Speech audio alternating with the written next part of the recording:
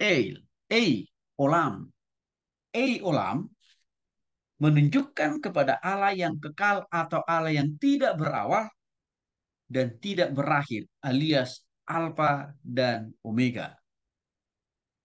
Secara lebih jauh lagi, arti kata Ei, olam artinya Allah yang kekal yang menunjukkan eksistensi atau keberadaan Allah yang abadi. Yang abadi itu tanpa dibatasi oleh ruang, waktu, dan tempat. Abadi itu artinya tidak memiliki awal dan akhir, tapi dari asal muasalnya dia sudah ada. Ya, jadi semua yang diciptakan di bumi ini pasti memiliki batasan.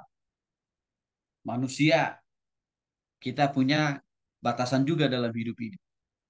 Ya, kita punya limitnya juga dalam hidup ini. Ya, kalau pemazmur mengatakan kalau kita sudah masuk di dalam zona 70 tahun ke atas, nah itu tanda-tandanya kita sudah bawa tanah. Ya, berarti artinya apa? Kita harus makin tahu diri bahwa kita tidak samalah mudanya seperti dulu waktu kita lahir. Artinya kita pasti meninggalkan dunia ini. Alkitab juga mencatat bumi dan segala isinya juga suatu saat akan dinolkan oleh Tuhan. Karena Tuhan akan menggantikannya dengan bumi baru, yaitu di sorga. Tetapi Allah, ya, tidak bisa lenyap, ya, dan juga tidak bisa dilenyapkan oleh apapun. Karena dari asal muasalnya dia sudah kekal. Nah, maka dengan demikian Bapak Ibu yang dikasih oleh Tuhan Yesus Kristus sebagai olam, yaitu Allah yang kekal atau Allah yang tidak berawal dan tidak berakhir. Dia menciptakan bumi dan segala sesuatunya dan bahkan dia mengatur roda perputaran atau pergerakan dari semua planet-planet yang ada di bumi. Tetapi dia sendiri tidak dikendalikan, tidak dikontrol oleh planet-planet yang diciptakan oleh Tuhan itu sendiri. Nah, apa dasar Alkitab dari nama Allah Olam ini? Yang tadi artinya adalah Allah yang Alfa dan Omega, yang tidak berawal dan juga tidak berakhir. Kejadian pasal 21 ayat 33. Lalu Abraham menanam sebatang pohon tamariska di Berseba dan memanggil di sana nama Tuhan Allah yang kekal. Tuhan Allah yang kekal di sini artinya tadi adalah olam. Jadi artinya Abraham mengakui Allah itu sebagai olam. Ya artinya Allah yang kekal. Hal itu juga terkonfirmasi dalam Yesaya pasal 40 ayat 28. Tidakkah kau tahu dan tidakkah kau dengar? Tuhan ialah Allah yang kekal yang menciptakan bumi dari ujung ke ujung. Yang menciptakan bumi dari ujung ke ujung. Ia tidak menjadi lelah dan tidak menjadi lesu. Tidak terduga pengertiannya. Semua ayat-ayat di atas tadi memberikan pemahaman, pengertian, dan penjelasan bahwa Allah olam, Allah Allah yang kekal, yang tidak dibatasi oleh ruang, waktu, dan tempat, juga tidak dibuat dan tidak dicipta. Tapi dia sudah ada dengan sendirinya, karena dia adalah Allah yang tidak dibatasi oleh apapun juga. Apa implikasi praktis dan makna dari nama Allah olam ini buat kita?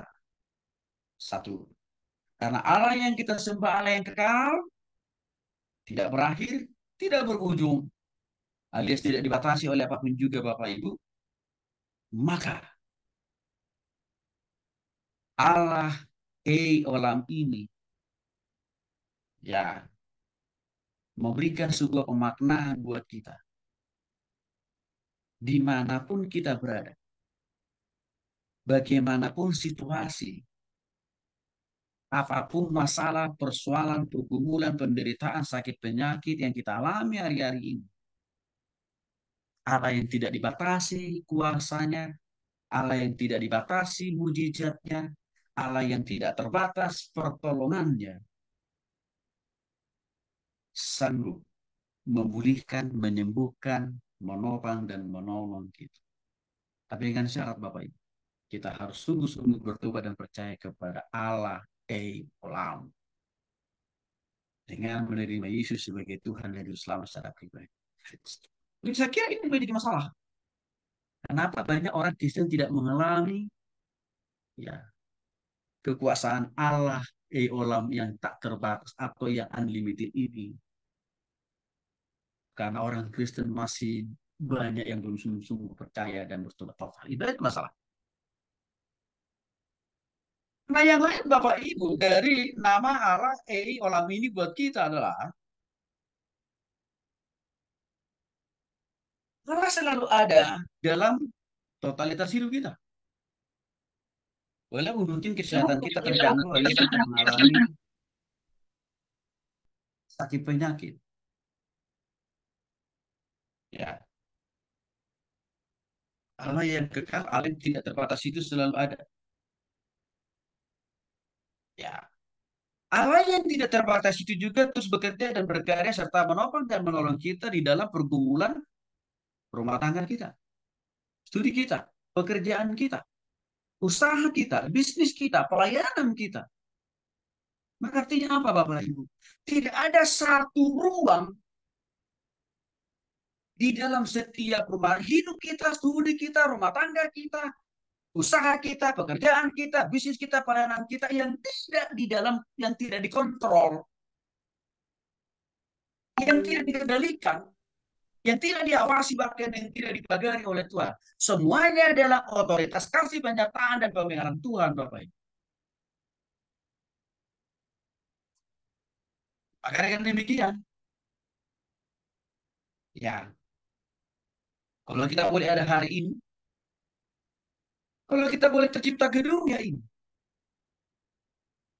jangan lupa, Allah yang orang ini, yang menciptakan kita, yang merawat kita, memberkati kita, sebagaimana kita adanya hari ini. Jika kalau kita hari ini di tahun yang baru, yang banyak orang mencemaskan tahun yang baru ini, yang banyak orang takut menjalani tahun yang baru ini. Jangan lupa, Allah yang namanya Olam ini tetap bekerja, tetap berkarya, tetap siaga,